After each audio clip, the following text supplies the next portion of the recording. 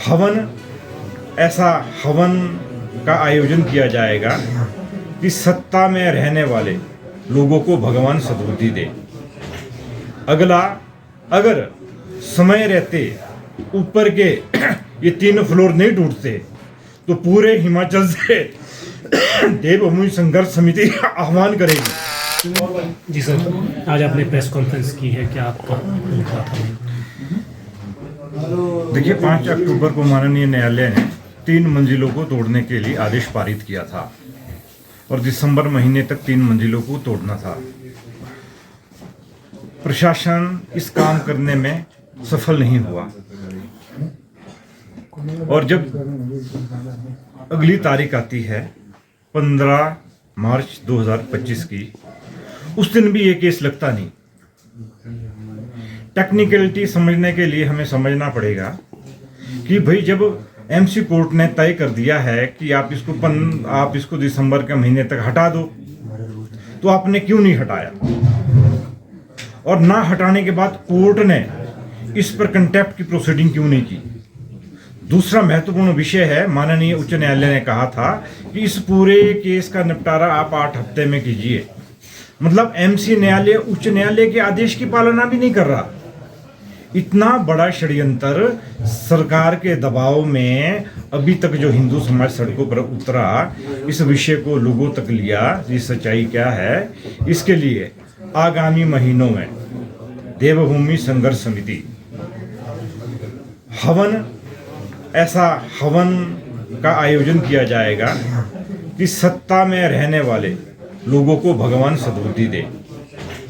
अगला, अगर समय रहते ऊपर के ये 3 फ्लोर नहीं टूटते तो पूरे हिमाचल से देवभूमि संघर्ष समिति आह्वान करेगी कि संजौली कूच करो। इसके जो भी परिणाम होंगे उसका सामना सरकार करेगी और उसके उत्तरदायी भी सरकार रहेगी। आपने 2 मंत्रियों का भी जिक्र किया कि वो बड़ी बड़ी बातें कहते हैं हिंदुत्व को लेकर, 2 मंत्रियों का भी आपने जिक्र किया। देखिए, विक्रमादित्य जी ने, अनिरुद्ध जी ने, माननीय मंत्री विक्रमादित्य और अनिरुद्ध जी ने, इन्होंने विधानसभा के अंदर बड़ी सिंह गर्जना की थी कि ये घुसपैठ हुई है, बाहर के लोग आए हैं, इन्हें कानून सम्मत हटाया जाएगा। जैसे ही कानून का आदेश आएगा हम इस पर कार्रवाई करेंगे। इसमें कोर्ट का आदेश आ गया था 5 अक्टूबर को।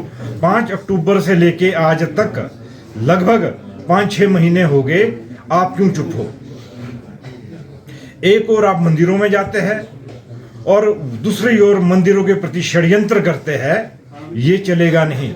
समाज सब देख रहा है, आने वाले समय में समाज इसका भी उत्तर देगा। रोहिंग्या मुसलमान का भी आपने जिक्र किया, क्या हिमाचल प्रदेश में भी है? तो खुद माननीय मंत्री जी ने एडमिट किया है विधानसभा के अंदर, आप वो प्रोसीडिंग देखिए। प्रश्न ये है कि उसके बाद उनको क्या जमीन खा गई, आसमान निकल गया? पूरी स्पष्ट तो करे वो कहाँ है, कैसे है, किस हालत में है, कितने लोग अप्रवासी भारत में रह रहे हैं, कितने हिमाचल में रह रहे हैं, क्या कहाँ गए वो लोग? कोई आंकड़ा तो आप जारी करो। आप वो काम कर नहीं रहे जो काम करना है। इसलिए अगला काम देवभूमि संघर्ष समिति स्वयं करेगी। इसके लिए हमारी योजना तैयार है। अगर सरकार अभी भी ढुलमुल रवैया अपनाता है, इन जो 3 लेंटर है पहले इनको तो तोड़िए आप। और भी तो कोर्ट ने उदाहरण दिए हैं। माना मस्जिद कमेटी कहती है कि हमारे पास पैसा नहीं है, तो कोर्टों ने और भी आदेश दिए हैं। एमसी डायरेक्शन दे सकता है एमसी को कि आप इसको तोड़ो, तोड़ने का जो खर्च आता है वो आप रिकवरी करो मस्जिद से। आदेश तो कोई भी पारित हो सकता है, पर तब होगा जब आप आदेश पारित करने की मंशा में हो। ठीक है।